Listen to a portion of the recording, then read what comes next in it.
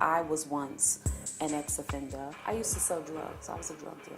I began selling drugs, and then I began using drugs. I was addicted to heroin and going in and out of prison trying to support a drug habit. I was selling a lot of coke. At a young age, I was found guilty and convicted of a drug-related homicide.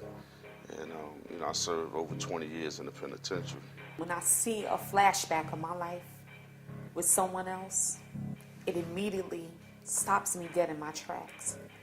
And I tell them, this is not the life you want to live. This is not the life for you. This whole thing can be turned around. You can do this. It's possible. And you know how I know it's possible? Because I did it. I spent 17 and a half years in prison myself, and I came out, and I started this program to help people overcome the difficulties that I faced when I came out. To come home and trying to adapt to society is very difficult. Individuals are coming home truly unprepared.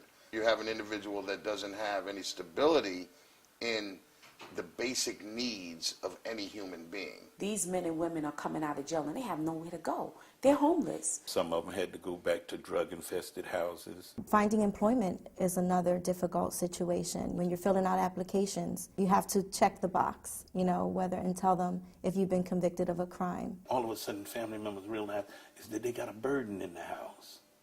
Somebody that needs money and needs to eat and needs clothes. Healing, justice. You could give a person the food, the clothes, the shelter, the detox, the medical attention, bus cards, bus tickets, education. But if they have not healed, it's just an accident waiting to happen.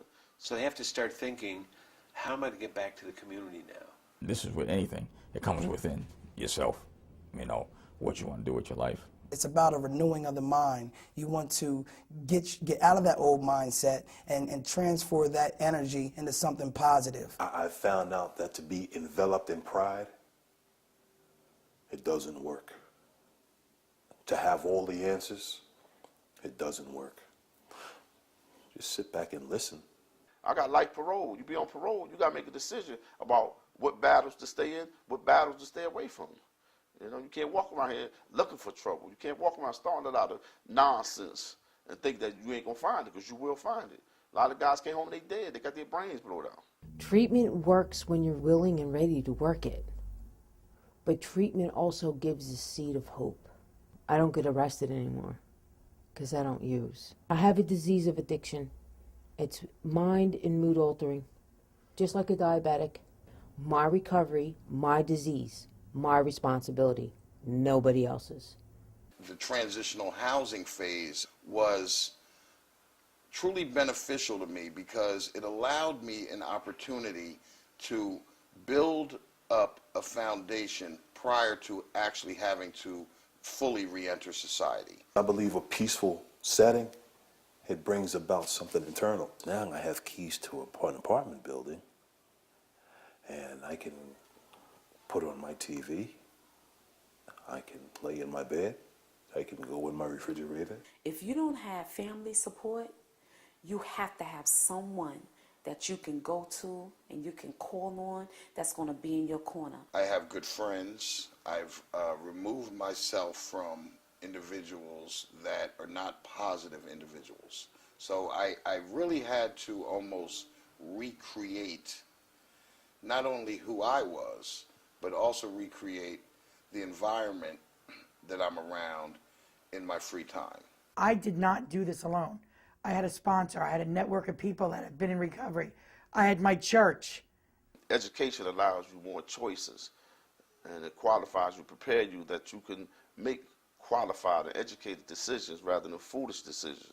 I actually got my master's, even though it's in social work. I'm kind of a policy guy. I went for management and policy. Getting your certificate saying, okay, now I'm certified to culinary, do cosmetology, to do construction, do electrical work. Many guys, they fall victim to nobody won't give me a job. Nobody won't give you? Give you?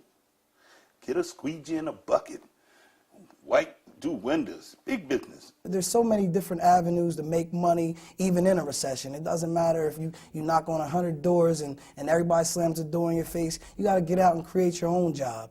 I just bought a couple buckets of water rice, $20 each, went out there on Broadway in Camden and started scooping water rice, $1 of water rice. You know, made $50, then $100. Then I'm making, this is cash every day. So I put my money away, put the, started saving, put some in the bank, put some in my pocket, paid the child support. By the end of the summer, I'm making $400 or $500 a day in cash, legal. I started designing gift baskets, and I started being a party planner, and I opened up my catering business. It's untapped talent, untapped potential that can be out there in the workforce, making gainful employment, paying your fines, paying support. When we talk about working, and guys will say, well, I ain't kissing nobody's, Yes, you will. It ain't all about your record. It's how you go for a job interview. If you think you're going to go with your pants sagging to a job interview, that's what you're going to get back, nothing. It's like selling yourself. Whatever you want to do to get that job, you got to sell yourself to them.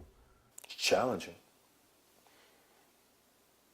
But then what was more challenging than me going to cop drugs and running from the cops? Having gone through that situation, I could be a mentor to help somebody else, where I can be able to hold their hand and say, listen, brother, there is hope. Listen, man, there is another way to make money without, hitting the block or going back to your old ways. I wrote 3 books directed towards men and women in prison, coming out of prison. How to do good after prison, how to love and inspire your man. To give back and let those girls know. You could be a broken down junkie whore and get clean, because I was once there. If I could save or help one man to get out so that he can take care of his family and keep them out, that's what I want to do. You have to support these organizations that are at grassroots level, working with the people, treating the treatment. Within the prison, all we see is failure. So if all you ever see is people walk out the gate and fail, you think that that's the only thing that's available to you. So we think it's really important for people that did get out and are making it to be very visible. Bottom line is, if you don't do something to ease up all these barriers and restrictions on people who are trying to do the right thing, that keeps kicking them back down, then public safety is going to suffer, and people are going to suffer. Our statistics show that long incarcerations, and particularly incarcerations for nonviolent drug offenders, does not make us safer, does not make our communities healthier, and does not prepare a person to come and take his or her rightful place in society. We're just advocating for those who want to make a change in their life, who want an opportunity.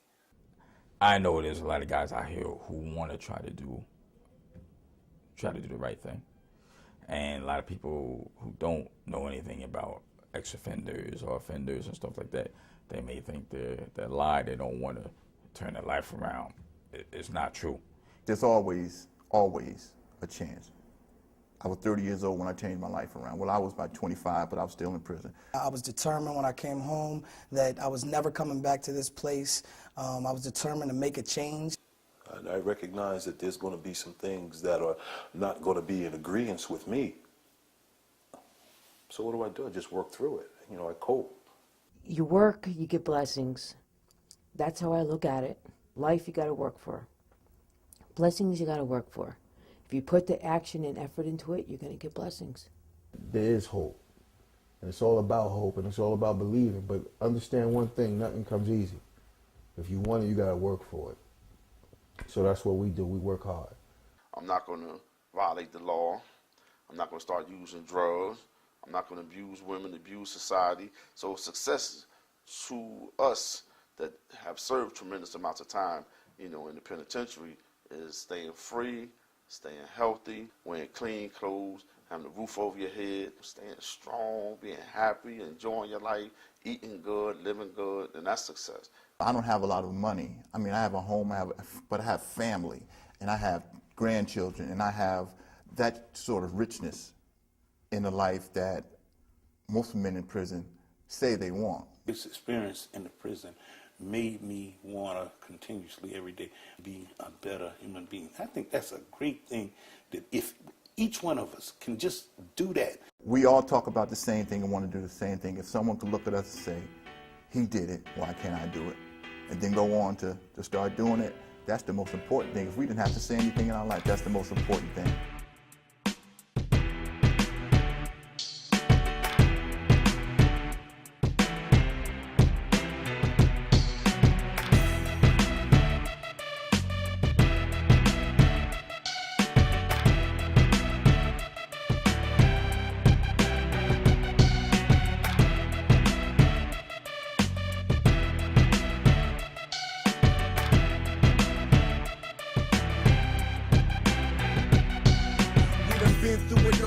Downs and ups, having no paper routes, splurging the town with bucks, from living grimy in the streets to 22s on the truck, from having no weeks and friends of daily outings to lunch. I wonder, could this be the fee for me? Taking penitentiary chances, stuffing keys for me? What is it? I mean, what it do? Got my mind tripping, is this what love do? Yo, I call my lady a queen, I give her everything. That's how you treat the first lady when you been crowned king. Give her nothing but the best, nothing more, nothing less. To save her last breath, I will give her my death. For better or worse, I put my lady in first. I'll never be ashamed to mention my lady in verse. I'm trying to be a better man than just trying to be the man. Goddamn, I'm being all that I can. Yo, I talked to this one love, she said I was the best. It was like an elephant just stepped off my chest. I was like, I can finally breathe. And she said, I love the fact you got a trick up your sleeve.